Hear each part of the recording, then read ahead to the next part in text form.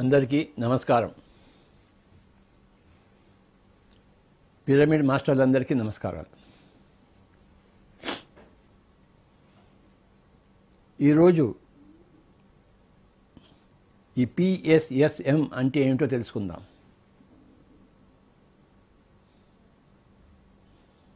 అందరికీ తెలిసిందే PSSM అంటే పిరమిడ్ స్పిరిచువల్ సొసైటీస్ మూమెంట్.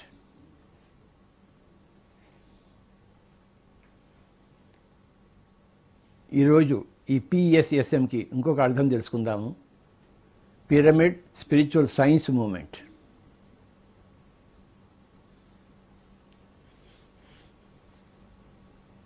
ఈ మూమెంట్ ఎందుకు ప్రారంభింపబడింది అంటే ఈ స్పిరిచువల్ సైన్స్ని వ్యాప్తం చేయడం కోసం, పరివ్యాప్తం చేయడం కోసం. స్పిరిచువల్ సైన్స్ అంటే ఆధ్యాత్మిక విద్య.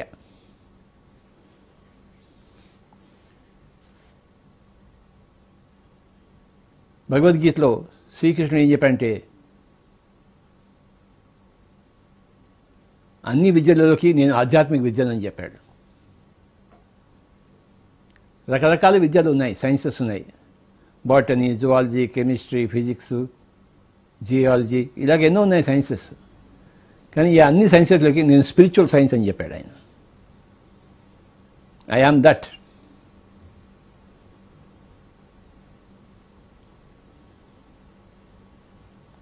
కనుక మన PSSM ఏంటయ్యా అంటే ఇది పిరమిడ్ స్పిరిచువల్ సైన్స్ మూమెంట్. అందరికీ ఆధ్యాత్మిక శాస్త్రం వివరింపబడడం కోసం ఇది వచ్చింది. ఈ శాస్త్రం ఏంటో అందరికీ తెలియాలి. ఇది ఒక మహాశాస్త్రం.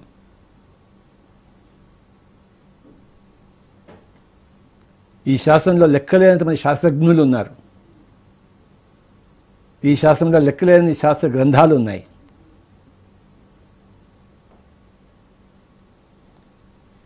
ఈ అన్ని శాస్త్ర గ్రంథాల సారాంశం ప్రజలందరికీ చేరవేయడం కోసమే ఈ పిరమిడ్ స్పిరిచువల్ సైన్స్ మూవ్మెంట్ ప్రారంభింపబడింది.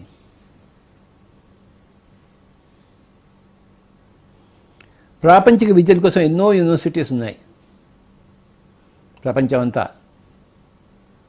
కానీ ఆధ్యాత్మిక శాస్త్రం కోసం మనం ఈ యూనివర్సిటీని స్థాపించాం.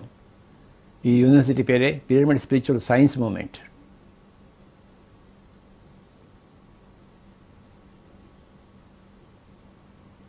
ఈరోజు ఈ పిరమిడ్ స్పిరిచువల్ సైన్స్ మూమెంట్ గురించి, అంటే స్పిరిచువల్ సైన్స్ గురించి తెలుసుకుందాం మనం.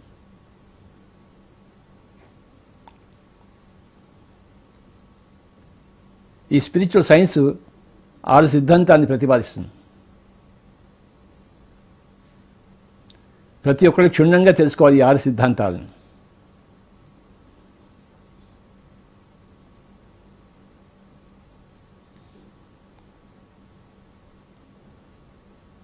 ఆరు సిద్ధాంతాలు రకరకాలుగా చెప్పుకోవచ్చు. మనం ఈ విధంగా చెప్పుకుంటున్నాం అంతే. 6 సిద్ధాంతాలుగా మనం తెలుసుకుంటున్నాం. ఈరోజు ఈ ఆధ్యాత్మిక శాస్త్రం యొక్క, స్పిరిచువల్ సైన్స్ యొక్క 6 సిద్ధాంతాలు కూడా మనం తెలుసుకుందాం.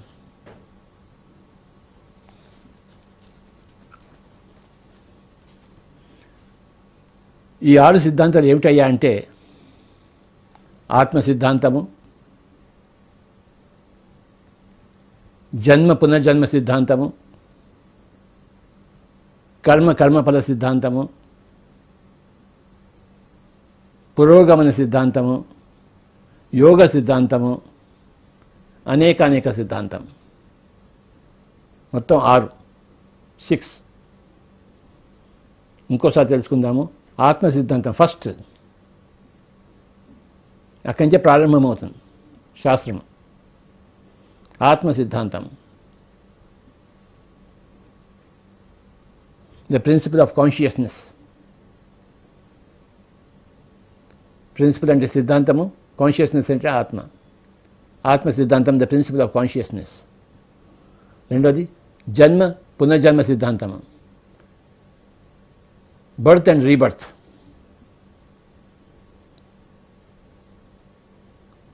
the principle of birth and rebirth. జన్మ, పునర్జన్మ. మూడవది కర్మ, కర్మఫల సిద్ధాంతం, the law of cause and effect.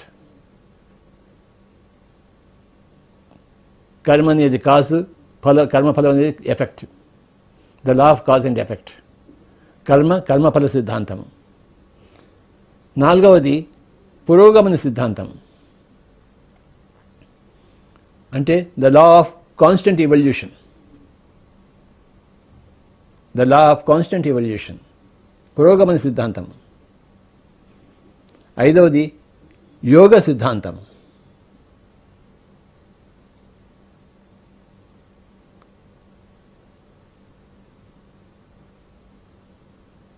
అంటే ర్యాపిడ్ ఎవల్యూషన్.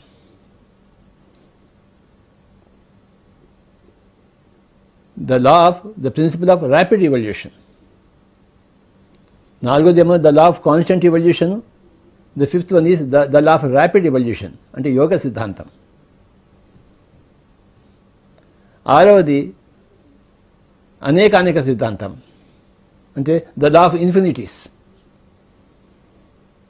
ఈ ఒక్కొక్క సిద్ధాంతం గురించి వెలిసి 6 సిద్ధాంతాల గురించి మనం ఈరోజు తెలుసుకుందాం. ఇది చాలా చాలా ముఖ్యమైన విషయం. పిఎస్ఎస్ఎంలో ఉన్న మెంబర్స్ అందరికీ ఇది అధికంగా అవగాహన రావాలి. ఈ అధికంగా అవగాహనలో వస్తేనే పిఎస్ఎస్ఎం మెంబర్ అని లెక్క. Pyramid spiritual societies moment, pyramid spiritual science moment.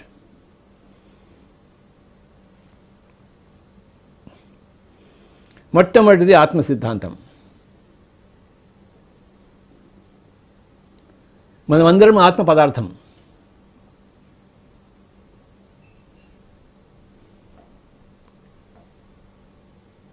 We are all made up of the stuff of consciousness. It is a stuff. అదొక పదార్థం.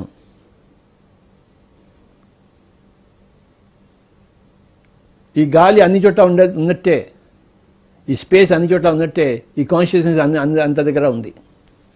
ఆ పదార్థం అన్ని చోట్ల ఉంది. నేను ఆ పదార్థమే, మీరు ఆ పదార్థమే.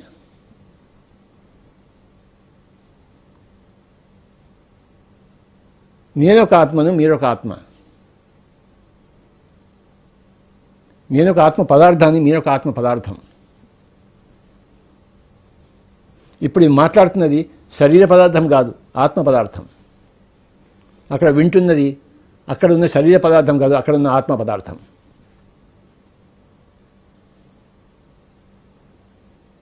వెలసి మనమందరం కూడా ఆత్మ పదార్థాలం.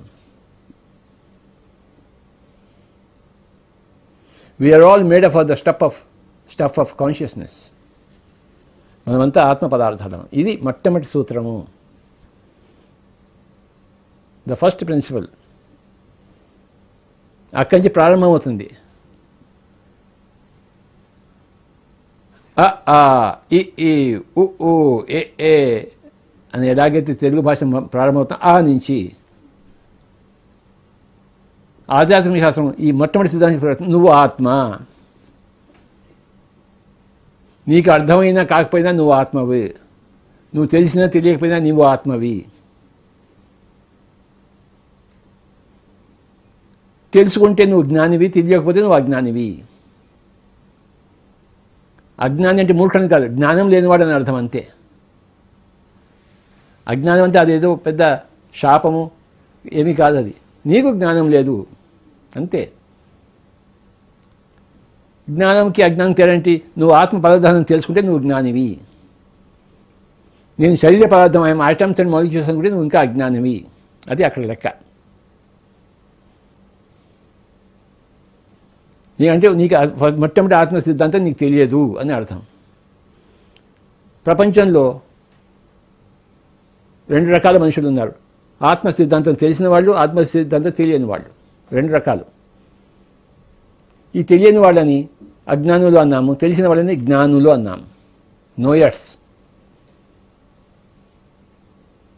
అజ్ఞానులు అంటే non నోయర్స్. There are 2 types of people, knowers and non-knowers. జ్ఞానులు, అజ్ఞానులు. ఏమిటి తెలుసు వాడికి? నేను ఆత్మ పదార్థాన్ని తెలిసిన వాళ్ళు, నేను శరీర పదార్థాన్ని అనుకుంటున్న వాళ్ళు.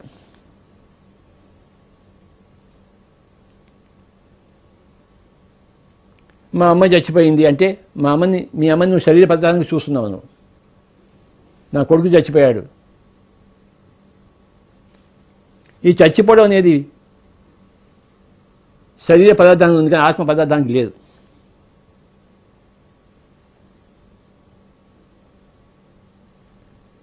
మా అమ్మగారు శరీరాన్ని విడిచి వెళ్ళిపోయారు అంటే అది కరెక్ట్గా నువ్వు తెలుసుకున్నావు, నువ్వు ఆత్మ సిద్ధాంతంలో ఉన్నావు, నువ్వు ఒక జ్ఞానివి.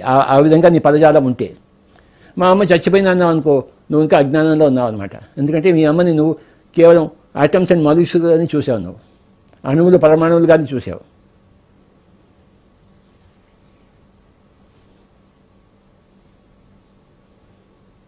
మా అమ్మ పైలోకాలకి వెళ్ళింది అన్నావు అనుకోనికి, నువ్వు జ్ఞానివి. మా అమ్మ చచ్చిపోయింది అందుకే నేను ఏడుస్తున్నానంటే నువ్వు అజ్ఞానివి. మా అమ్మ పైలోకాలకు పోయిన తర్వాత నేను సంతోషంగా ఉన్నాను, ఆవిడ ఏ లోకం నుంచి వచ్చిందో ఆ లోకానికి వెళ్ళింది అని నీ మాటలు ఉన్నాయనుకోండి, నువ్వు జ్ఞానివి అని లెక్క. మా అమ్మ చచ్చిపోయిందండి, ఇంకా నాకేముందండి, నా జీవితం అంతా వేస్ట్ అయిపోయింది, నేను ఎక్కడి నుంచి పుట్టింది, మా అమ్మే చచ్చిపోయింది, ఇంకా నేనెందుకు జీవితం, ఇదంతా కూడా అజ్ఞానంలో లక్షణం. అంటే ఆత్మ సిద్ధాంతం తెలియని వాడే లక్షణం.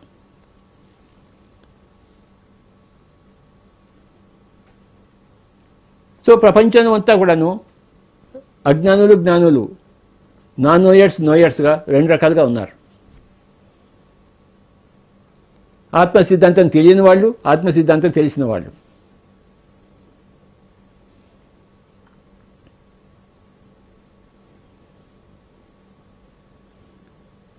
ఆత్మ సిద్ధాంతంలో లేని వాళ్ళకి ఎక్కడిచ్చినా చావే ఉంది.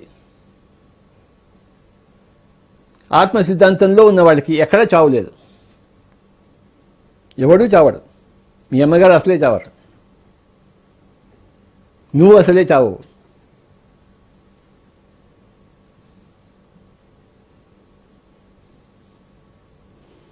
ఆత్మబద్ధానికి పుట్టుక లేదు, చావు లేదు.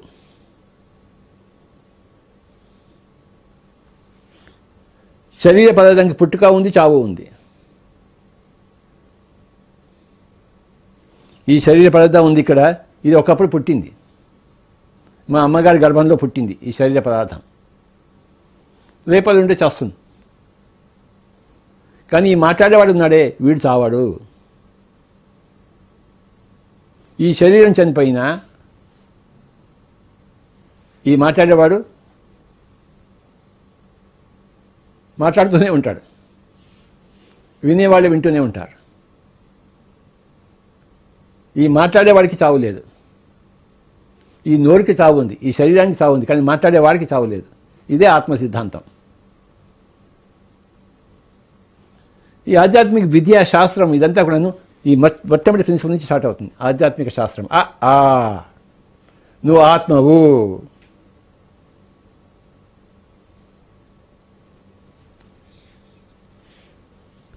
సో ఈ పిఎస్ఎస్ మూవ్మెంట్లోకి వచ్చిన వాళ్ళకి ఫస్ట్ ఇదే మనం చెప్తాం, నువ్వు ఆత్మవు నాయన. ఇది మొట్టమొదటి పాఠం.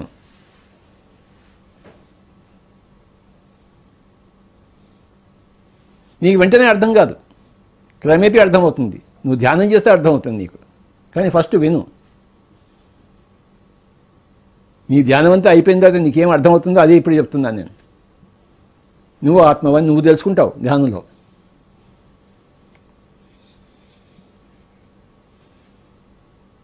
ధ్యానం చేస్తే తెలుసుకుంటావు, ధ్యానం చేయకపోతే తెలుసుకోవు.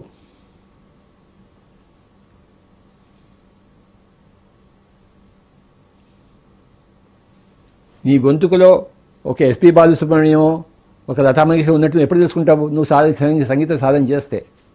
చేయకపోతే తెలుస్తున్నట్టు తెలియదు. అందరి గొంతుల్లో నా గొంతు ఉందనుకున్నా విపరీతంగా, కానీ సంగీత సాధన చేస్తే నీ గొంతు కూడాను కోయిల గొంతు అయిపోతుంది. అప్పుడు తెలుసుకుంటే ఓహో నాది కోయిల గొంతు అని చెప్పేసి. అదేవిధంగా ధ్యాన సాధన చేస్తే నేను ఆత్మను తెలుస్తుంది. నువ్వు అప్పుడు అజ్ఞానం నుంచి జ్ఞానంలోకి వస్తావు.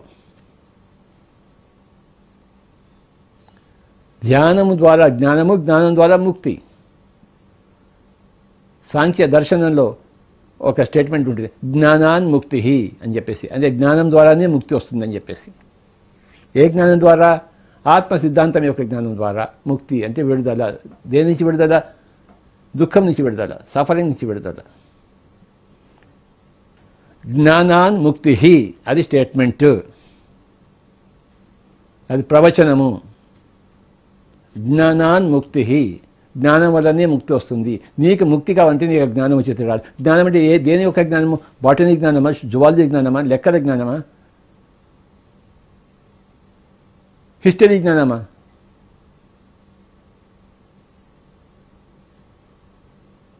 ఆత్మజ్ఞానం. నేను ఆత్మ పదార్థాన్ని,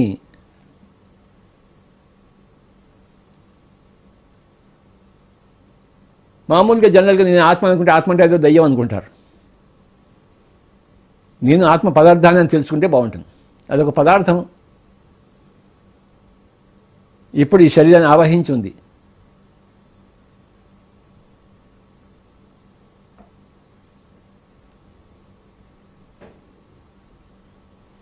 పుట్టుక అప్పుడు ఈ ఆత్మ పదార్థం శరీరాన్ని ఆవహించింది, దానిలో లీనమైంది. చనిపోయేటప్పుడు ఆత్మ పదార్థం శరీర పదార్థం నుంచి విడిపడుతుంది. ఆత్మ పదార్థంకి ఎప్పుడు పుట్టుక లేదు, చావు లేదు. అది ఇటర్నల్ వెరిటీ. భగవద్గీతలో చెప్పబడింది, న జాయతే మ్రియతే వా కదాచిన్నాయం భూత్వా భవితా వానభూయః అజో నిత్య శాశ్వతోయం పురాణో న హన్యతే హన్యమానే శరీరే. ఈ శ్లోకము ఈ ఆత్మ సిద్ధాంతానికి సంపూర్ణ నిర్వచనం. న జాయతే, ఇది ఎప్పుడు పుట్టినది కాదు. న జాయతే, ఎప్పుడుకి పుట్టినది కాదు అంటే పుట్టుక లేనిదని అర్థం. న జాయతే మ్రియతే, చావు లేనిది. న మ్రియతే, చావు లేనిది, అది ఎప్పుడు చావదు. న జాయతే మ్రియతే వా కదాచిన్నాయం, ఈ అయం అంటే ఈ ఆత్మ. కదాచిన్న, ఎప్పటికీ కూడా పుట్టదు, ఎప్పటికీ చావదు. అది దాని యొక్క అర్థం. భూత్వా భవితా వానభూయః అంటే ఒకప్పుడు ఉండనిది కాదు, ఎప్పుడు ఉండేది. భూతకాలంలోనూ ఉంది, భవిష్యత్తులోనూ ఉండేది. న జాయతే మ్రియతే వా కదాచిన్నాయం భూత్వా భవితా వానభూయః, ఎప్పుడు ఉండకుండా ఉండదు, ఎప్పుడు ఉంటుంది. అజో, మళ్ళీ ఇంకోసారి చెప్పాడు.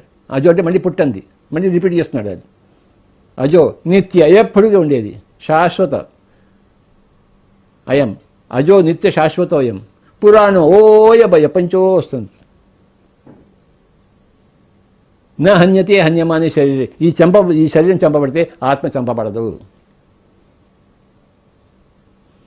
న జాయతే మ్రియతే వా కదాచిన్నాయం భూత్వా భవితా వాన భూయః అజో నిత్య శాశ్వతోయం పురాణో న హన్యతే హన్యమానే శరీరే. ఈ శ్లోకము ఈ మొట్టమొదటి ప్రిన్సిపల్కి, ఆత్మ సిద్ధాంతానికి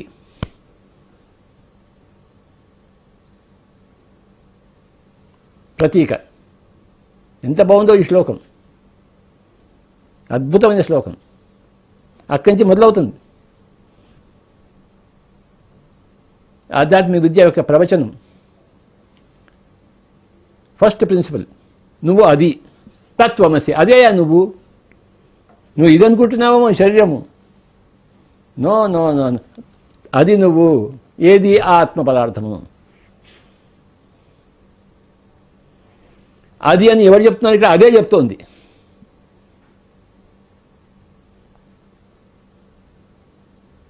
తత్వం అసి, నువ్వు అది, అదే నువ్వు. ఏది అది? ఆత్మ పదార్థమే నువ్వు నాయనా. తత్వమసి అంటే అది, అదే నువ్వు.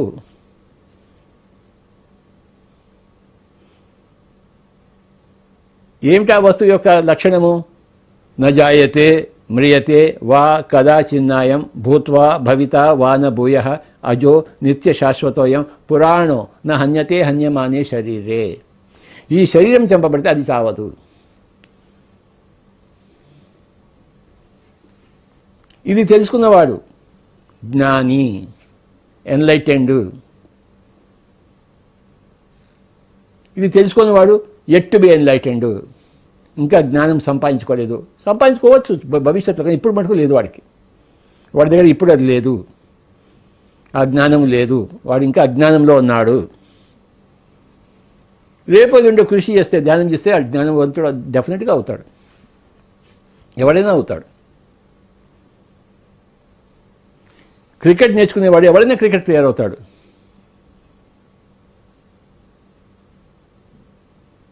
సంగీతం నేర్చుకునేవాడు ఎవడైనా సంగీతజ్ఞుడు అవుతాడు.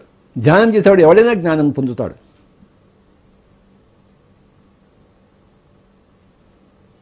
క్రికెట్ ఆడని వాడు క్రికెటర్ కాలేడు.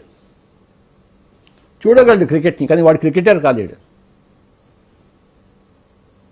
సంగీతం వినేవాళ్ళు సంగీతజ్ఞులు కారు, వింటారు, కానీ సంగీతం నేర్చుకునేవాడు సంగీతజ్ఞులు అవుతారు. ఎవడో గడ్డగాడిని చూస్తే వాడికి జ్ఞానం రాదు. నువ్వు ధ్యానం చేస్తే నీకు కూడా జ్ఞానం వస్తుంది. గుడిలో లింగాన్ని చూస్తే నీకు జ్ఞానం రాదు.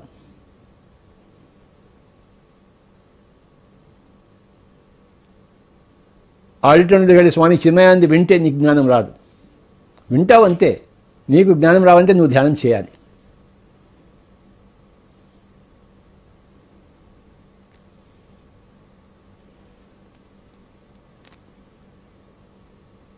సంగీతం వినడం వేరు, ఎవడైనా వింటాడు. చెవులు ఉన్నవాడు ఎవడైనా సంగీతం వింటాడు, కానీ సంగీతజ్ఞుడు కావడం వేరు. సంగీత సాధన చేసిన వాడు సంగీతజ్ఞుడు అవుతాడు. చెవులతో సంగీతాన్ని విన్నవాడు సంగీతజ్ఞుడు అవుతాడేంటి? ఈ కళ్ళతో క్రికెట్ చూసేవాడు క్రికెటర్ అవుతాడేంటి? ఈ రెండు కళ్ళతో తిరుపతి వెంకటేశ్వర స్వామి విగ్రహం చూసేది వాడు జ్ఞాని అవుతాడేంటి? ఆయన ఎలా జ్ఞానం అయ్యాడు? వెంకటేశ్వర స్వామి ధ్యానం చేసి అయ్యాడు. నువ్వు కూడా అలా చేస్తే అవుతావు. అంతేగాని వెంకటేశ్వర స్వామి విగ్రహం చూస్తే నువ్వు జ్ఞానివి కాలేవు. రాముడి విగ్రహాన్ని, కృష్ణుడి విగ్రహాన్ని చూస్తే నువ్వు జ్ఞానివి కాలేవు. విగ్రహం చూసేవంతే. ఈ శరీరంతో చేయబడేది, చూడబడేది, వినబడేది నీకు జ్ఞానాన్ని ఇవ్వవు. ఈ శరీరంతో చూసేది, ఈ శరీరంతో వినేది, ఈ శరీరంతో చేసేది నీకు జ్ఞానాన్ని ఇవ్వవు. ఆత్మతో చేసేది ధ్యానము, అది నీకు జ్ఞానాన్ని ఇస్తుంది, ఆత్మజ్ఞానం ఇస్తుంది.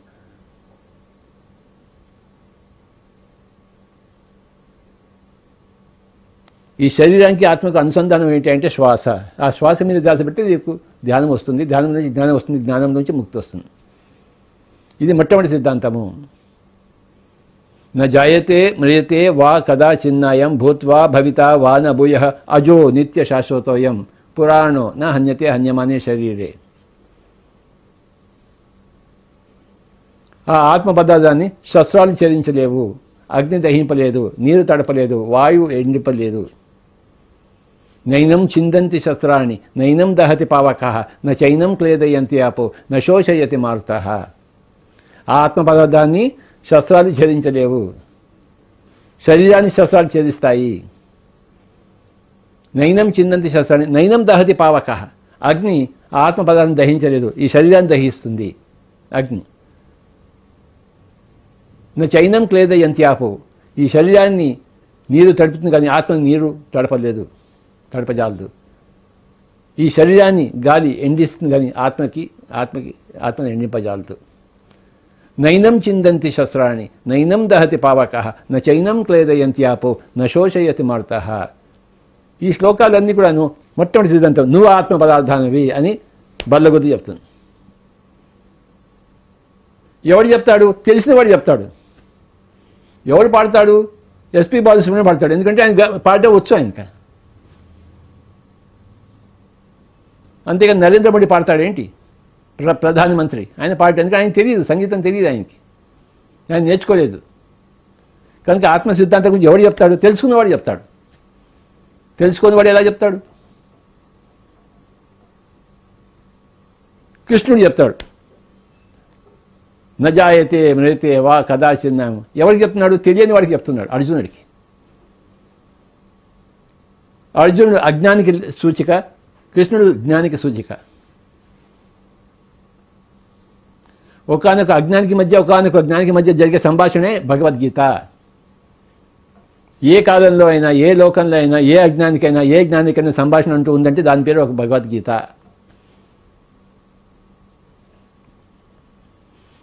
అర్జునుడికి ఆత్మబోధం గురించి తెలియటం లేదు. కృష్ణుడు ఆత్మబోధంలో ప్రొఫెసర్, పండితోత్తముడు.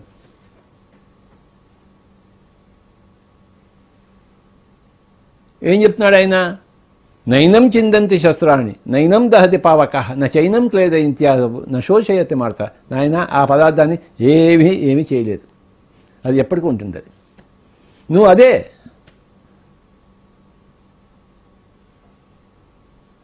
నువ్వు ఆ భీష్ముడిని, కర్ణుడిని, దుర్యోధనాన్ని చంపుతావు అనుకుంటున్నావు. వాడి శరీరాన్ని చంపగలవు కానీ వాళ్ళని చంపలేవు నువ్వు. వాళ్ళు కూడా నీ శరీరాన్ని చంపగలరు కానీ నిన్ను చంపలేరు.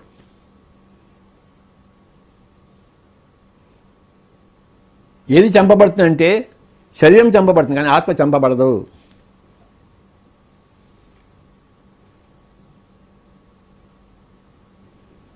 ఆ శరీరాన్ని నేను ఎప్పుడే చంపేశాను, నువ్వు ఊరికే చంపు అన్నాడు ఆయన.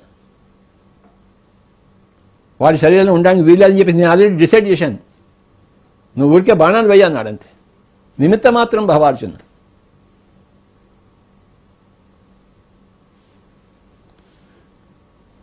ఈ చావు లేని దానికోసం ఎవడు ఏడవకూడదు, ఏడ్చేవాడు ఆ పండితుడు అని చెప్పాడు. అశోచ్యాన్ అన్వశోచస్వం ప్రజ్ఞావాదాంశ భాషసే గతాసూన్ అగతాసూంచ నా అనుశోచంతి పండిత. సో వెలిసి అంతా కూడా ఆత్మ సిద్ధాంతం మీద అక్కడి నుంచి ప్రారంభమవుతుంది సబ్జెక్ట్. నువ్వు సంగీతం నేర్చుకోవాలనుకున్నావు అనుకో, ఎక్కడి నుంచి ప్రారంభమవుతుంది? సరి గ మ పద ని సా ని ద ప మ గ రే. అక్కడి నుంచి ప్రారంభమవుతుంది సంగీతం. ఫస్ట్ కొన్ని రోజులు ప్రాక్టీస్ చేయి. నువ్వు పొద్దున్న ఇంట్లో కూర్చొని పొద్దున్న లేచే సరి గ మ పద ని సా ని ద ప మ గ రే. తర్వాత మళ్ళీ గురువు గారు నేర్చుకున్నాను, నెక్స్ట్ చెప్పండి అంటే సరి గ రే గ మ గ మ ప మ పద పద ని ద ని సా ని ద ని ద ప ద ప మ ప మ గ మ గ రే గ రే.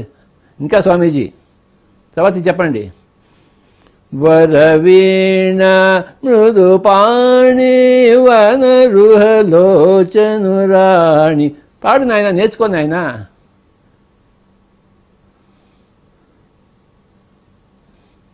చివరిగా ఏం పాడతావు నువ్వు? ఎందరో మహానుభావులు అందరికీ వందనములు. ఎందరో మహానుభావులు అందరికీ వందనములు. ఎందరో అని పాడతావు. ఇది ఎక్కడి నుంచి మొదలైంది? అంతా సరిగమ పద నుంచి మొదలెట్టింది. నేను సంగీతం నేర్చుకోవాలంటే అక్కడి నుంచి మొదలు పెడతావు. ఎవరైనా సరే ఎక్కడికి చేరుకుంటావు అంటే ఎందరో మహానుభావుల దగ్గరికి చేరుకుంటావు. ఏ చెట్టు అయినా విత్తనం నుంచి ప్రారంభమవుతుంది. ఆ విత్తనం ఎక్కడ దాకా పోతుందంటే చెట్టు దాకా పోతుంది. ప్రారంభం విత్తనం నుంచే.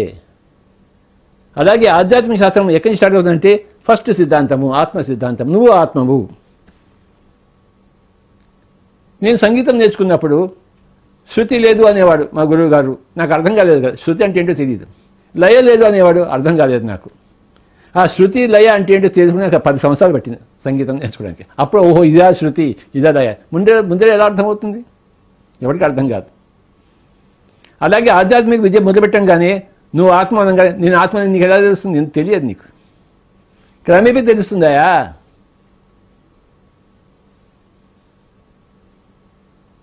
నువ్వు మగవాడిగానే పుడతావు కానీ మగతనం అంటే ఏంటో నీకు కొన్ని సంవత్సరాల తర్వాత తెలుస్తుంది. పుట్టినప్పుడే నీకు మగతనం అంటే తెలుస్తుంది ఏంటి, ఆడతనం అంటే తెలుస్తుంది ఏంటి. నువ్వు పెద్దగా పెరిగిన తర్వాత నువ్వు మగ అంటే ఏంటి, ఆడ అంటే తెలుస్తుంది. పుట్టినగానే తెలుస్తుంది ఏంటి? తెలియదు కదా. అలాగే ఆత్మ విద్యలో నువ్వు ఆత్మ అని చెప్పిన మొదలుపెట్టినట్టు మనకేం అర్థం కాదు, కానీ అది నేర్చుకోవాల్సిందే, ఆ పాఠాలు నేర్చుకోవాల్సిందే. ఆ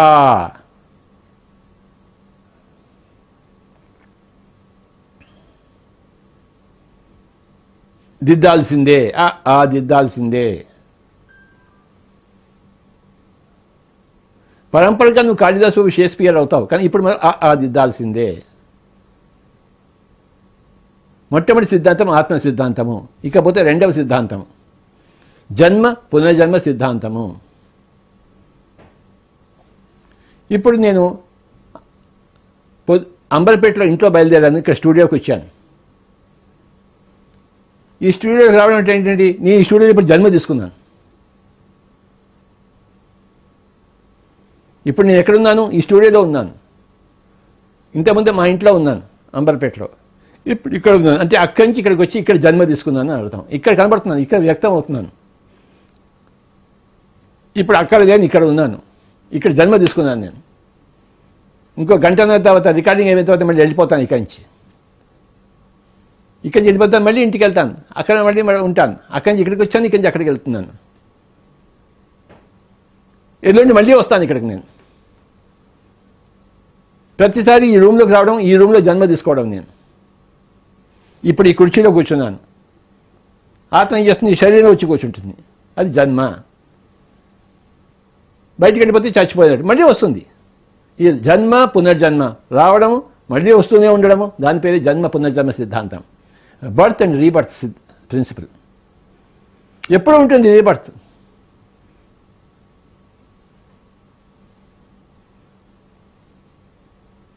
నేను పిఎంసి ఆఫీస్కి ఎప్పుడు వస్తూనే ఉంటాను, స్టూడియోకి. ఇంకా ఎన్నిసార్లు రావాలో పిఎంసి ఆఫీస్కి నేను వస్తూనే ఉంటాను. కారణం లేకుండా రాము కదా, కారణంతోనే వస్తాం కదా. ఇక్కడ పని ఉంది బట్టి ఇక్కడికి వస్తాము, ఈ పని ఇక్కడే చేయగలం కనుక ఇక్కడికి వస్తాము.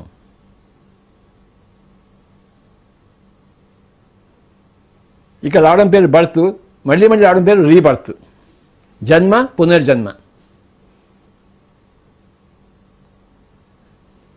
అలా పునర్జన్మలు వస్తూనే ఉంటాయి. ఈ జన్మల గురించి పునర్జన్మల గురించి తెలుసుకుందాం భగవద్గీతలో. బహూని మే వ్యతీతాని జన్మాని తవ చార్జున తాన్యహం వేద సర్వాణి నత్వం వేతం పరంతప. అర్జున, నువ్వు నేను ఎన్నో జన్మలు ఎత్తామయ్యా ఈ శరీరంలోకి, నాకు అవన్నీ తెలుసు, నీకేమీ తెలియదు అన్నాడు. అంతే. నీకు నీ జన్మల గురించి తెలియదు, నాకు తెలుసు అని చెప్పాడు. అంటే రెండవ సిద్ధాంతం దగ్గరికి వచ్చాడు. మొట్టమొదటి ఆత్మ సిద్ధాంతం, ఇప్పుడు రెండవ సిద్ధాంతం వచ్చాడు, జన్మలు గురించి వచ్చాడు ఆయన. బహూని మే వ్యతీతాని జన్మాని తవ చార్జున తాన్యహం వేద సర్వాణి నత్వం వేత్త పరంతప. నీ మొట్టమొదటి జన్మ అనుకుంటున్నావా నువ్వు? కాదు కాదు కాదు. నాది ఒకటే జన్మ అనుకుంటావు? కాదు కాదు కాదు. నువ్వు నేను ఎన్నో జన్మలు ఎత్తాము. నీ జన్మలు నా జన్మలు అన్నీ నాకు తెలుసు, నీకేమీ తెలియదు. నువ్వు ఇంకా తెలుసుకోవడానికి ఇష్టపడలేదు, నువ్వు తెలుసుకోవడానికి ప్రయత్నం చేయలేదు ఇప్పటిదాకా. నువ్వు నేను చేశాను, చిన్నప్పటి నుంచే చేశాను నేను. కృష్ణుడు 4 ఏళ్ల వయసు నుంచే ధ్యానంలో కూర్చున్నాడు సందీపుడి దగ్గర. అర్జునుడు ద్రోణుడి దగ్గర చేరాడు, కృష్ణుడు సందీపుడి దగ్గర చేరాడు. ఎవరు నువ్వు ఎక్కడ ఏ గురువు దగ్గర అయితే ఆ విద్య వస్తుంది. ద్రోణుడి దగ్గర విలు విద్య నేర్చుకున్నావు, నేను సందీపుడి దగ్గర ఆత్మవిద్య నేర్చుకున్నాను. నువ్వు అక్కడికి పోయావు, అది వచ్చింది. నేను ఇక్కడికి పోయాను, నాకు ఇది వచ్చింది.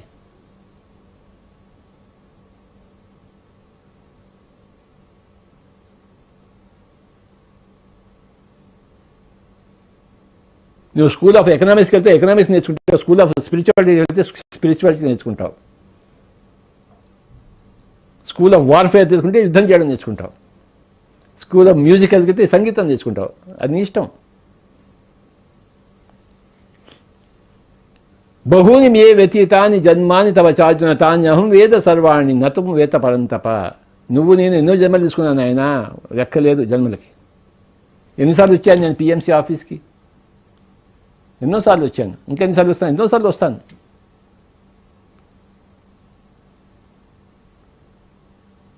ప్రతిసారి ఏదో సాధించడం కోసం వస్తాను, సాధిస్తాను.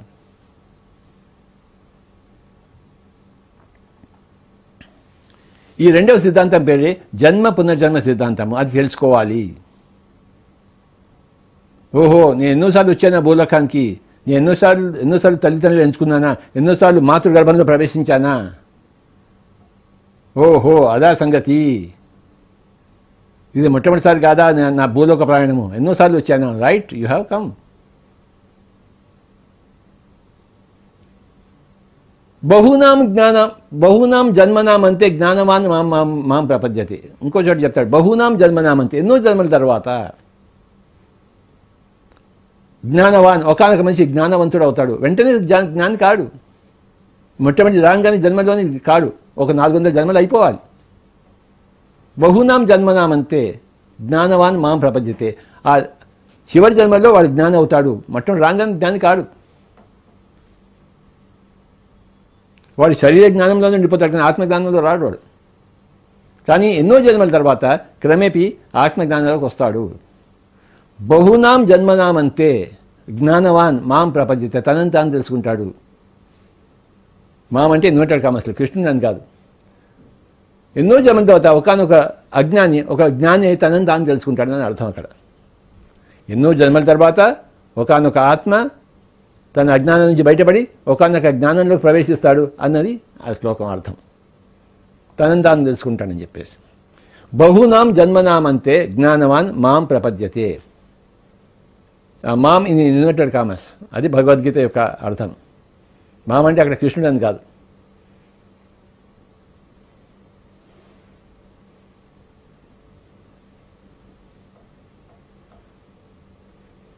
యేసు ప్రభువు నేనే దారి అన్నప్పుడు నేను అంటే ఇన్వర్టెడ్ కామర్స్, నేను అంటే ఐ పదార్థం. అక్కడ జీసస్ అని కాదు లెక్క. నేను అనే పదార్థమే, అందులోంచి నువ్వు నీ నేనులోంచే నువ్వు బయటకు వస్తావని చెప్పేసి. సో రెండవ సిద్ధాంతం అయిపోయింది, జన్మ పునర్జన్మ సిద్ధాంతం అయిపోయింది. నెక్స్ట్ వచ్చేది కర్మఫల సిద్ధాంతం. ప్రతి జన్మలోనే ఏం చేస్తావు? ఏవో కర్మలు చేస్తావు. ఏదో తింటావు, ఏదో తాగుతావు. బాగా పట్టించావనుకో, ఆల్కహాల్, విస్కీ, బ్రాండీ బాగా దట్టంగా పట్టించావనుకో, అదొక కర్మ. దాని కర్మ ఫలం అనుభవిస్తావు. అడ్డంగా పడుకుంటావు వచ్చే రోజంతా, అందరూ నేను తొక్కిపోతుంటారు. పొద్దున్న లేచి నేను ఎందుకు అందరూ నన్ను తొక్కారు అనుకుంటావు. నువ్వు అడ్డంగా పడుకున్నావు. నేను ఎందుకు అలా పడుకోవాల్సి వచ్చింది, నువ్వు తాగావోయ్.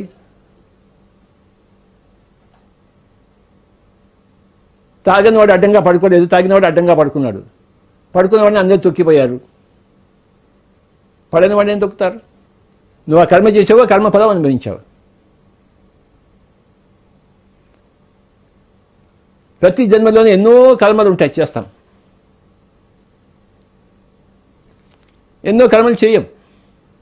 చేసిన దానికి చేసిన ఫలితం అనుభవిస్తాం, చేయని దానికి చేయని ఫలితం అనుభవిస్తాం. ధ్యానం చేయని దాని ఫలితం దాన్ని అనుభవిస్తావు. ధ్యానం చేసిన దాని ఫలితం నువ్వు అనుభవిస్తావు. నువ్వు చేసిన పెద్దానికి చేయని పెద్దానికి నువ్వు ఫలితం అనుభవించవలసిందే. నాకు ఫ్రెంచ్ రాదు, సంస్కృతం రాదు. ఎందుకు రాదు నాకు? నేను చేయలేదు, నేర్చుకోలేదు. సంస్కృతం, తెలుగు నేర్చుకున్నాను, కొద్దిగా హిందీ నేర్చుకున్నాను, ఇంగ్లీష్ వచ్చు. నువ్వు అది చేసేవో అది వచ్చింది. నువ్వు అది నీకు తమిళ్ రాదు కదా. నాకు తమిళ్ రాదు, కన్నడ రాదు, మలయాళం రాదు. నువ్వు నేర్చుకోలేదు, రాదు. నా సంగీతం వచ్చు, కాస్త నేర్చుకున్నాను. నేను క్రికెట్ వచ్చు, నాకు నేర్చుకున్నాను. ఫుట్బాల్ రాదు నాకు, ఎప్పుడు ఫుట్బాల్ ఆడలేదు. ఆ పరిగెత్తడం కష్టం నాకు.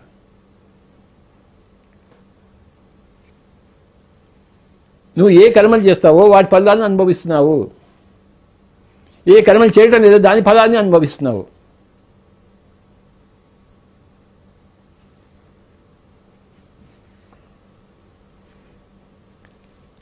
కర్మఫల సిద్ధాంతము, the law of cause and effect.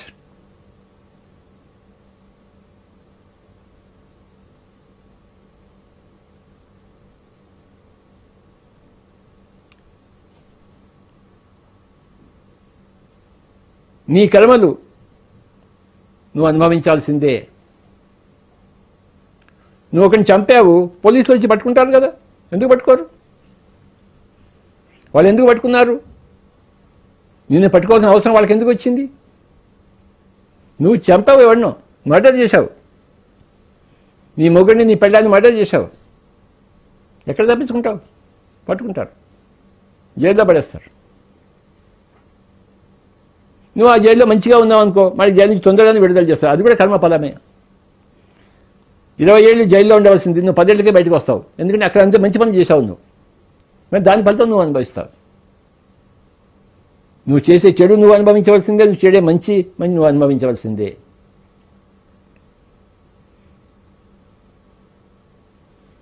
ఎవరికి వారే కర్మే తీరే.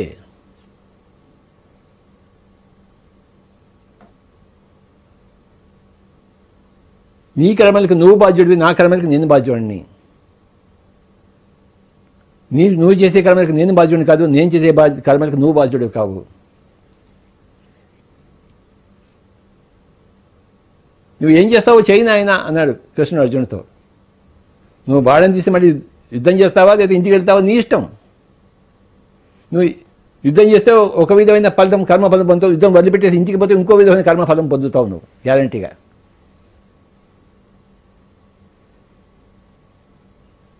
యుద్ధం చేస్తావా లేదా తోక ముడుచుకొని ఇంటికి పోతావా నీ ఇష్టం. యుద్ధం చేస్తే మళ్ళీ 2 పదాలు ఉంటాయి. ఒకసారి నువ్వు చనిపోవచ్చు లేదా వాడిని నువ్వు చంపవచ్చు. నువ్వు చనిపోతే నువ్వేమవుతుంది, నువ్వు స్వర్గానికి వెళ్తావని చెప్పాడు యుద్ధంలో చనిపోతే. యుద్ధంలో విజయుడు అనుకో, ఇదంతా రాజ్యం అంతా నీదవుతుందని. హతో వా ప్రాప్స్యసి స్వర్గం జిత్వా వా భోక్ష్యసే మహీం. ఇప్పుడు కర్మఫల సిద్ధాంతానికి వచ్చాడు, 3వ సిద్ధాంతానికి వచ్చాడు కృష్ణుడు భగవద్గీతలో. హతో వా ప్రాప్స్యసి స్వర్గం, నువ్వు చనిపోయావనుకో, యుద్ధంలో చచ్చిపోయావనుకో, అంటే ధర్మయుద్ధం చేస్తూ చచ్చిపోయావనుకో, నువ్వు స్వర్గానికి వెళ్తావు.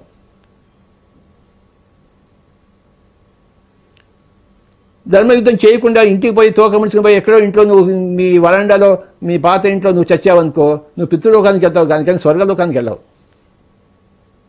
అంటే మామూలుగా చనిపోయావు, నువ్వు యుద్ధంలో చనిపోలేదు, నీ కర్తవ్యంలో నువ్వు చనిపోలేదు, నువ్వు కర్తవ్యాన్ని వదిలిపెట్టేసి వచ్చావు నువ్వు, దాని ఫలం నువ్వు అనుభవిస్తావు. హతో వా ప్రాప్స్యసి స్వర్గం, నీ యుద్ధ భూమిలో చచ్చిపోతే నువ్వు స్వర్గానికి వెళ్తావు, నీ కర్తవ్యంలో నువ్వు చేస్తూ చచ్చిపోయావు. Your death on duty, not off duty. నువ్వు గెలిచావా ఇదంతా నీదే, నువ్వే రాజు అవుతావు. జిత్వా వా భోక్ష్యసే మహీం తస్మాత్ ఉత్తిష్ట కౌంతేయ యుద్ధాయ కృతం, యుద్ధం చేయబోయా అన్నాడు. ఈ 2 ఆప్షన్స్లో యుద్ధం చేయాలా ఇంటికి వెళ్ళిపోవాలా, యుద్ధం చేయకుండా నువ్వు యుద్ధం చేయని చెప్పాడు. చేస్తావో చేయవో నీ ఇష్టం, కానీ నేను మటుకు నీ ప్లేస్లో ఉంటే నేను యుద్ధం చేస్తాను. యుద్ధంలో చావచ్చు నేను, సో వాట్. యుద్ధంలో చావడం ఎంత బాగుంటుందో, అది స్వర్గలోకానికి వెళ్తావు డైరెక్ట్గా. లేకపోతే పితృలోకానికి వెళ్ళాల్సి మళ్ళీ అతవత్ పరపరగా వెళ్ళాల్సి వస్తుంది. నీ కర్తవ్యంలో నువ్వు ఉండు, నీ కర్తవ్యంలో చావు రావచ్చు, ఎందుకు రాదు.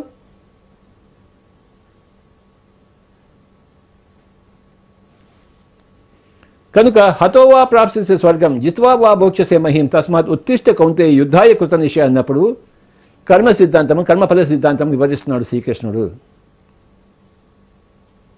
నా జాయితే మ్రియతే అన్నప్పుడు ఆత్మ సిద్ధాంతం గురించి, బహూని మే జన్మాని తవచార్జున అన్నప్పుడు పునర్జన్మ సిద్ధాంతం గురించి, హతో వా ప్రాప్స్యసి అన్న ఈ శ్లోకంలో కర్మఫల సిద్ధాంతం గురించి చెప్తున్నాడు.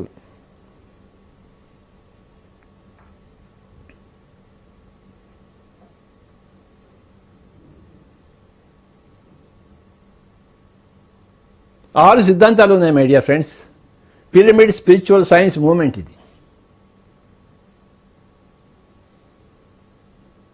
ఇక నెక్స్ట్ సిద్ధాంతంకి వెళ్దాం మనం. పురోగమన సిద్ధాంతం అంటే the principle of constant evolution. నాయన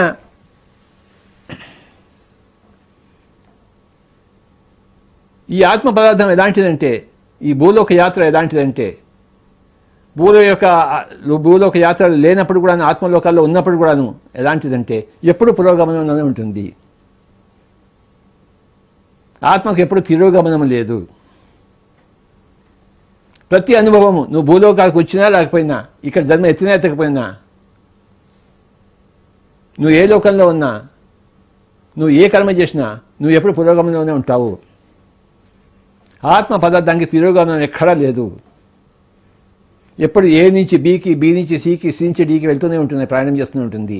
తనదైన స్టైల్లో, తనదైన పేస్లో, తనదైన రీతిలో, తనదైన మూసలో.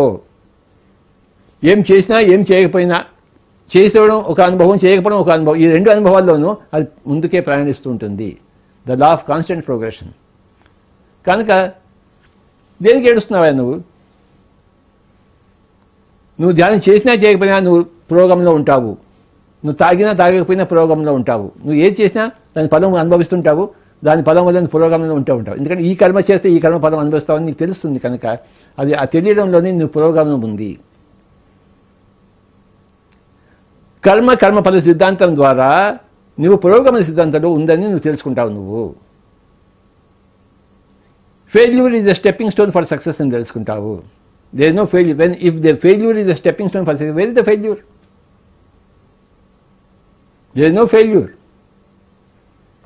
ఏ ఆత్మ ఎక్కడ ఓడిపోలేదని తెలుసుకుంటావు. ప్రతి ఆత్మ కూడా విజయమే అని తెలుసుకుంటావు. ఆత్మ పదార్థంకే విజయం. మనం ఆత్మ పదార్థం, విజయం లేకుండా ఎలా ఉంటుంది? నువ్వు విజయం లేదని అనుకుంటావు, అది వేరే మాట. కానీ విజయం ఉంది అక్కడ. ఎప్పుడు నేను విజయంలో ఉందని తెలుసుకోవడమే నువ్వు జ్ఞానివి కావడము. నా కర్మల ఫలితాన్ని నేనే అనుభవిస్తాను తెలుసుకోవడమే జ్ఞాని యొక్క లక్షణము. నేను ఎన్నో జన్మలు ఎత్తాను అని తెలుసుకోవడమే జ్ఞానం. నేను ఆత్మ పదార్థం తెలుసుకోవడమే జ్ఞానము.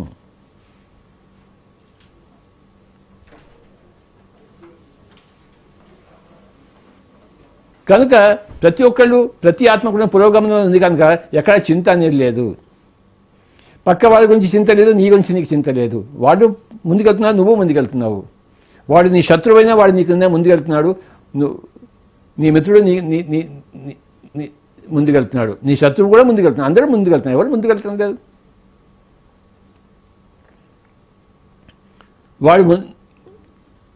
వాడు ముందుకు వెళ్తాను లేదా అనుకుంటున్నావు, నేను ముందుకు వెళ్తాను లేదా అనుకుంటున్నావు, అంతే. నీ అనుకోవడం తప్పు.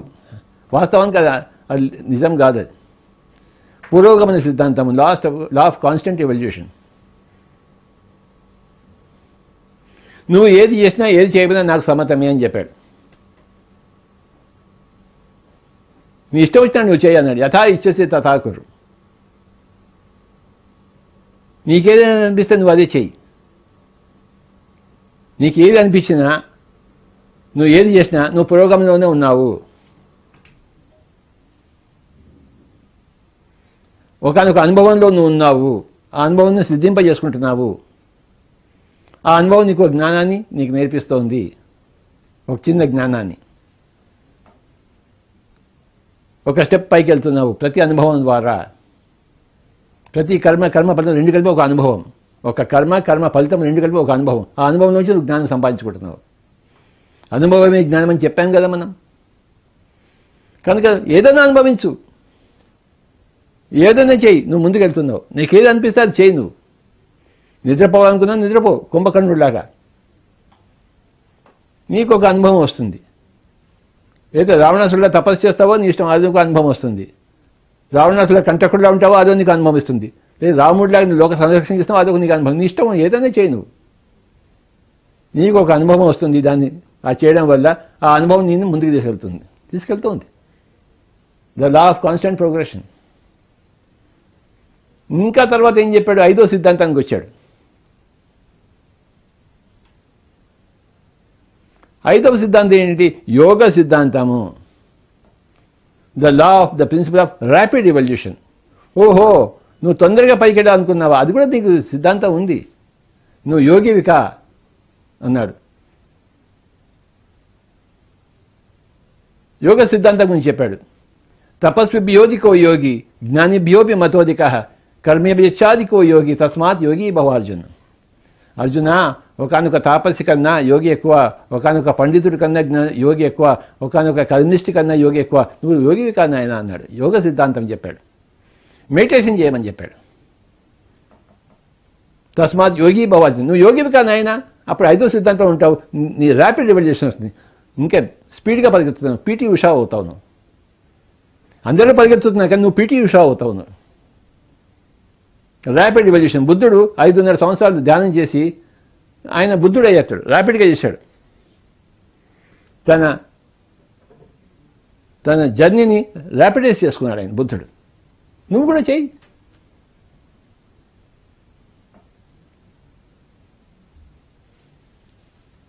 యోగివికా నాయన అన్నాడు.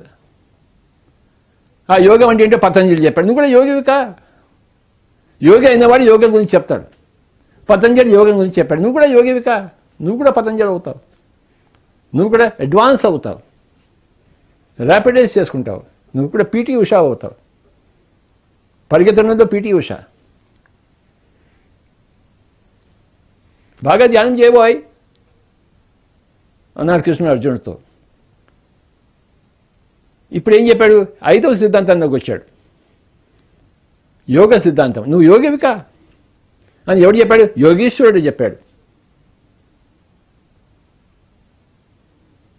కృష్ణుడు ఎవడు? యోగేశ్వరుడు. ఎత్ర యోగేశ్వర కృష్ణ ఎత్ర పార్థో ధనుధర తత్ర శ్రీ విజయో భూతిర్ ధ్రువ నీతిర్ మతిర్ మమ. ఎక్కడ యోగేశ్వరుడైన కృష్ణుడు ఉన్నాడో, ఎక్కడ ధనుర్ధారి అయిన పార్థుడు ఉన్నాడో అక్కడ చతుర్విధ పురుషార్థాలు ఉంటాయని చెప్పాడు సంజయుడు ధృతరాష్ట్రుడితో.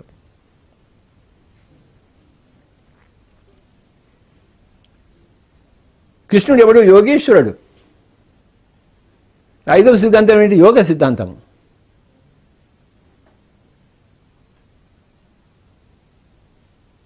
నువ్వు కూర్చో, కళ్ళు రెండు మూసుకో, శ్వాస మీద ధ్యాస పెట్టు, చిత్త వృత్తి నిరోధం చేయి. నువ్వు మూఢకం తెచ్చుకుంటుంది. నువ్వు అన్ని జనులు చూస్తావు, నువ్వు అన్ని లోకాలు తిరుగుతావు. నువ్వు యోగి కావోయ్ అన్నాడు. తస్మాత్ యోగి భవార్జున. పిఎస్ఎస్ఎం ఏం చేస్తుంది? అందరికీ యోగం నేర్పిస్తోంది, ధ్యానం నేర్పిస్తోంది, అందరినీ ర్యాపిడైజ్ చేస్తోంది. ఈ పిఎస్ఎస్ఎం రాని వాళ్ళు కూడా ప్రోగ్రెస్ అవుతున్నారు పురోగమన సిద్ధాంతం ప్రకారం. కానీ ఇక్కడికి వచ్చిన వాళ్ళు ఇంకా తొందరగా పురోగమనం అవుతుంది, చెందుతున్నారు. పిఎస్ఎస్ఎంలో రాని వాళ్ళు నడకలో ఉంటే పిఎస్ఎస్ఎంలో ఉన్నవాళ్ళు పీటీ ఉషాలు అవుతున్నారు.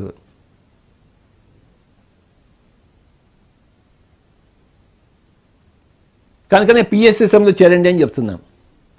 స్పిరిచువల్ సైన్స్లో చేరండి అని తెలుసుకొని చెప్తున్నాం. యోగంలోకి రండి అని చెప్తున్నాం. ర్యాపిడైజ్ చేసుకోండి, మరింత వేగవంతం చేసుకోండి మీ యొక్క పురోగమనాన్ని, మరింత తీవ్రతమం చేసుకోండి అని చెప్తున్నాం. 5వ సిద్ధాంతం గురించి చెప్తున్నాం.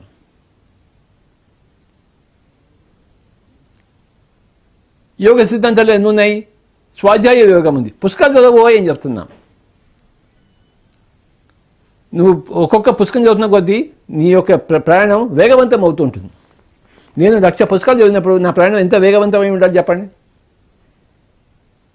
ఒక పుస్తకం చదివితే ఇంత వేగవంతమైనప్పుడు 1,00,000 పుస్తకాలు ఎంత వేగవంతం అవుతుంది?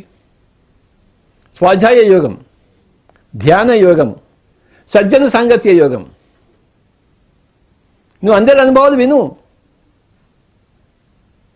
అప్పుడు నీ యొక్క జీవితం పురోగమనంలో ఉంటుంది, మరింత వేగవంతం. ఎప్పుడు అనుభవాలు వినకపోతే ఏం లాభం? ఏం పుస్తకాలు చదివితే ఏం లాభం? నువ్వు ధ్యానం చేయకపోతే ఏం లాభం? యోగములో 3 ఉన్నాయి: ధ్యాన యోగము,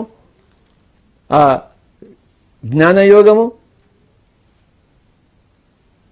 సజ్జన సాంగత్య యోగం. కర్మయోగం, కర్మ చేయి, కర్మ ఫలాన్ని ఆశించద్దు, అది కర్మయోగం. అప్పుడు నీ యొక్క పురోగమనము వేగవంతం అవుతుంది.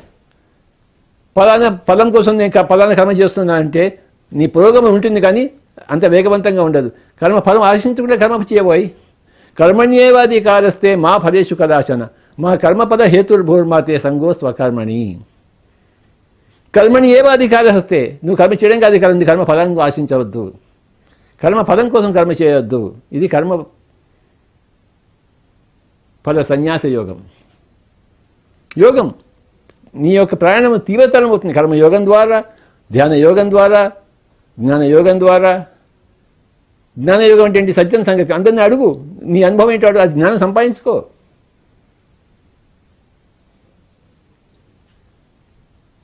మై డియర్ ఫ్రెండ్స్, యోగ సిద్ధాంతం ఇది. మొత్తం మీద వెరసి 6 సిద్ధాంతాలు: ఆత్మ సిద్ధాంతము, జన్మ పునర్జన్మ సిద్ధాంతము, కర్మఫల సిద్ధాంతము, పురోగమన సిద్ధాంతము, యోగ సిద్ధాంతము.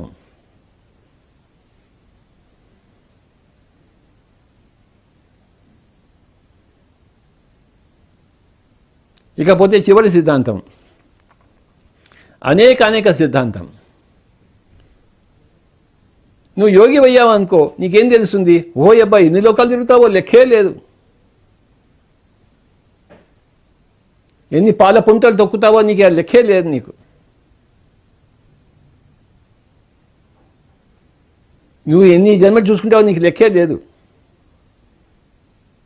మానవ జన్మలకు పూర్వం జంతు జన్మల పూర్వకం, వృక్ష జన్మలకు పూర్వం, మినరల్ జన్మలు, ఖనిజ జన్మలు ఎన్ని చూసుకుంటావో నువ్వు లెక్కే లేదు. నీ తోక ఎక్కడ దాకా ఉందో అక్కడ దాకా చూసుకుంటావు. అనేక సిద్ధాంతం, ఎటు చూసినా అనేకం, ఇన్ఫినిటీస్.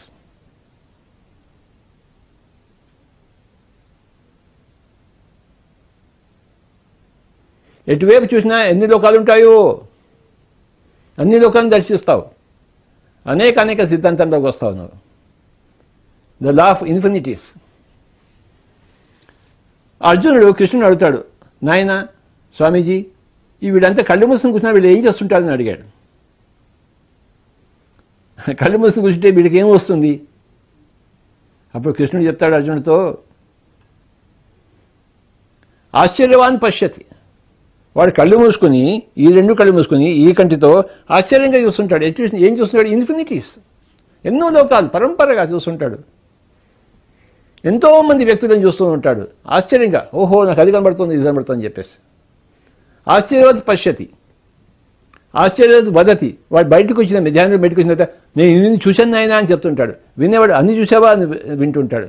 ఆశ్చర్యవత్ శృణోతి, ఆశ్చర్యవత్ పశ్యతి, ఆశ్చర్యవత్ వదతి, ఆశ్చర్యవత్ శృణోతి.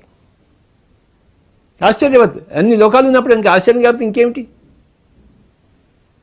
అనేక సిద్ధాంతాల్లో అంతులేని ఆశ్చర్యానికి గురవుతుంటాడు. వాయబో అనుకుంటుంటాడు, ఇంత ఉందా అనుకుంటుంటాడు.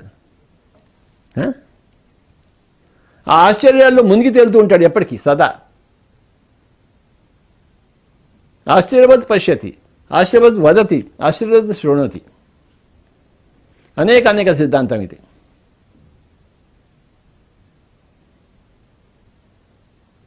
సో మై డియర్ ఫ్రెండ్స్, ఈరోజు PSSM అంటే పిరమిడ్ స్పిరిచువల్ సైన్స్ మూమెంట్. ఈ స్పిరిచువల్ సైన్స్ అంటే ఏంటో తెలుసుకున్నాము. ముఖ్యంగా 6 సిద్ధాంతాలు తెలుసుకున్నాము. ఆత్మ సిద్ధాంతము, జన్మ పునర్జన్మ సిద్ధాంతము, కర్మఫల సిద్ధాంతము, పురోగమన సిద్ధాంతము, యోగ సిద్ధాంతము, అనేక సిద్ధాంతము.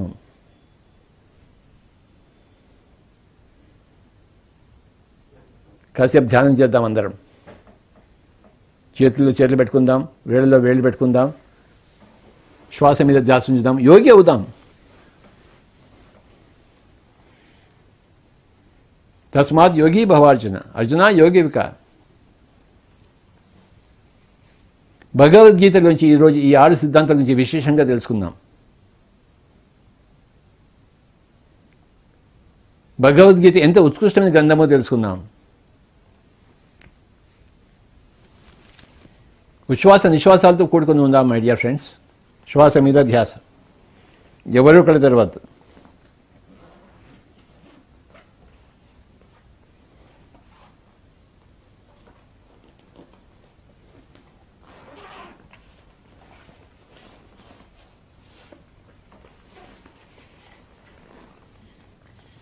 ఒక 10 నిమిషాలు.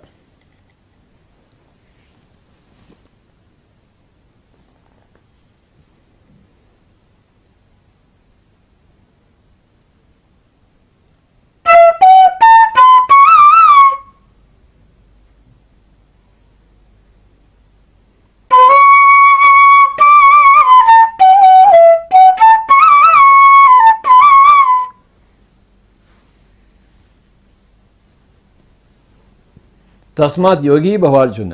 యోగ సిద్ధాంతంలో ప్రవేశిద్దాం. కళ్ళు 2 మూసుకుందాం, శ్వాస మీద ధ్యాస ఉంచుదాం. అది యోగ విధానం.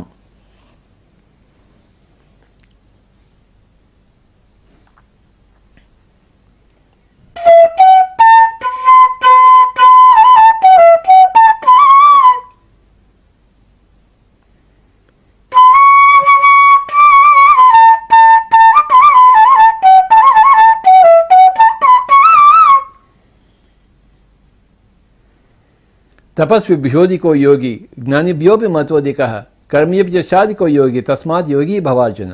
కనుక అర్జున యోగివిక.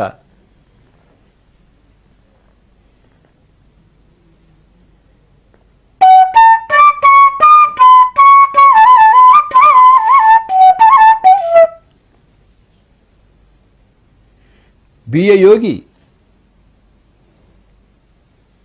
నీ దీపాన్ని నువ్వే వెలిగించుకో.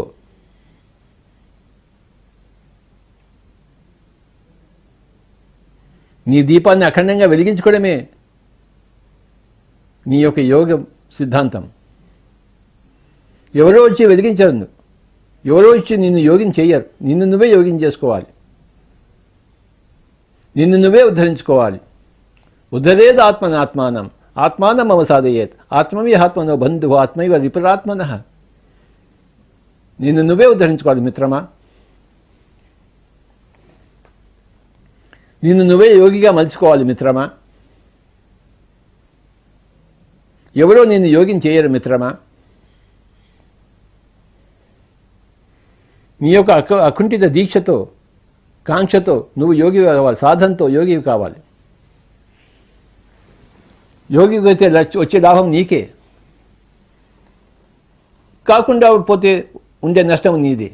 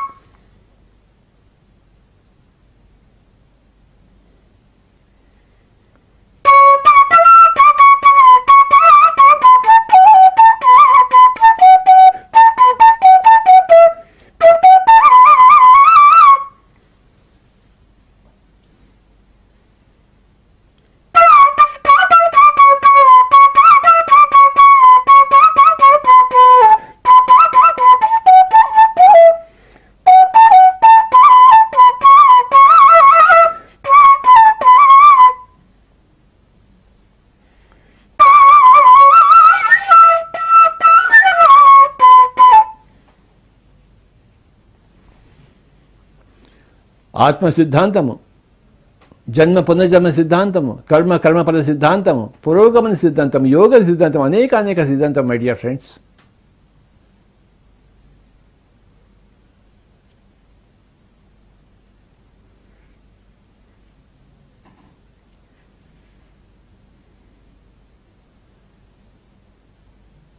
యద్భావం తద్భవతి అన్న సూత్రము కర్మఫల సిద్ధాంతానికి అద్దం పడుతోంది. నువ్వు ఎలా అనుకుంటావు అలానే అవుతావు. ఒక విధంగా అనుకుని ఇంకో విధంగా పరిణామం సంభవించదు. నువ్వు ఎలా అనుకుంటావో అదే జరుగుతుంది. యద్భావం తద్భవతి కర్మఫల సిద్ధాంతం. మంచి భావనలు పెట్టుకో, మంచి పరిస్థితులను సృష్టించుకో. ఎవరూ కళ్ళెదరవరాదు. 5 నిమిషాలు.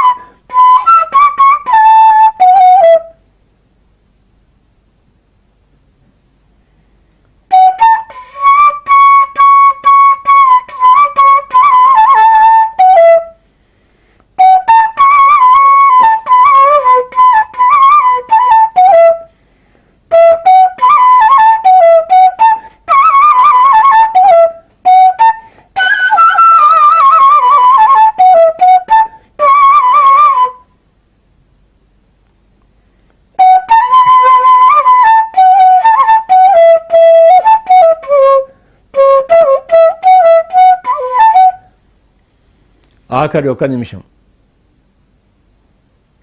శ్వాస మీద ధ్యాస. మిత్రులారా, యోగ సిద్ధాంతం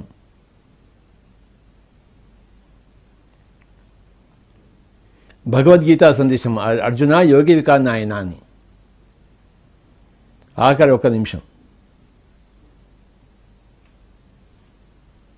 యోగ చిత్త వృత్తి నిరోధ.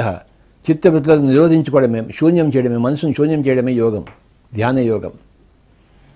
ఆఖరి 30 సెకండ్లు.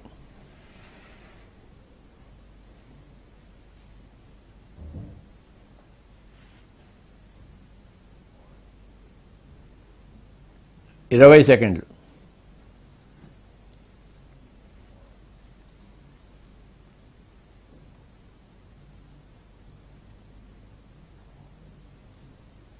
పది సెకండ్లు. 9, 8, 7, 6, 5, 4, 3, 2, 1, 0. 2 చేతులు కళ్ళ మీద పెట్టుకుందాం. 5 క్షణాలు. 5, 4, 3, 2, 1, 0. 2 చేతులు తీసేది కళ్ళు 2 తెరుద్దాం. Thank you, my dear friends. This is PSS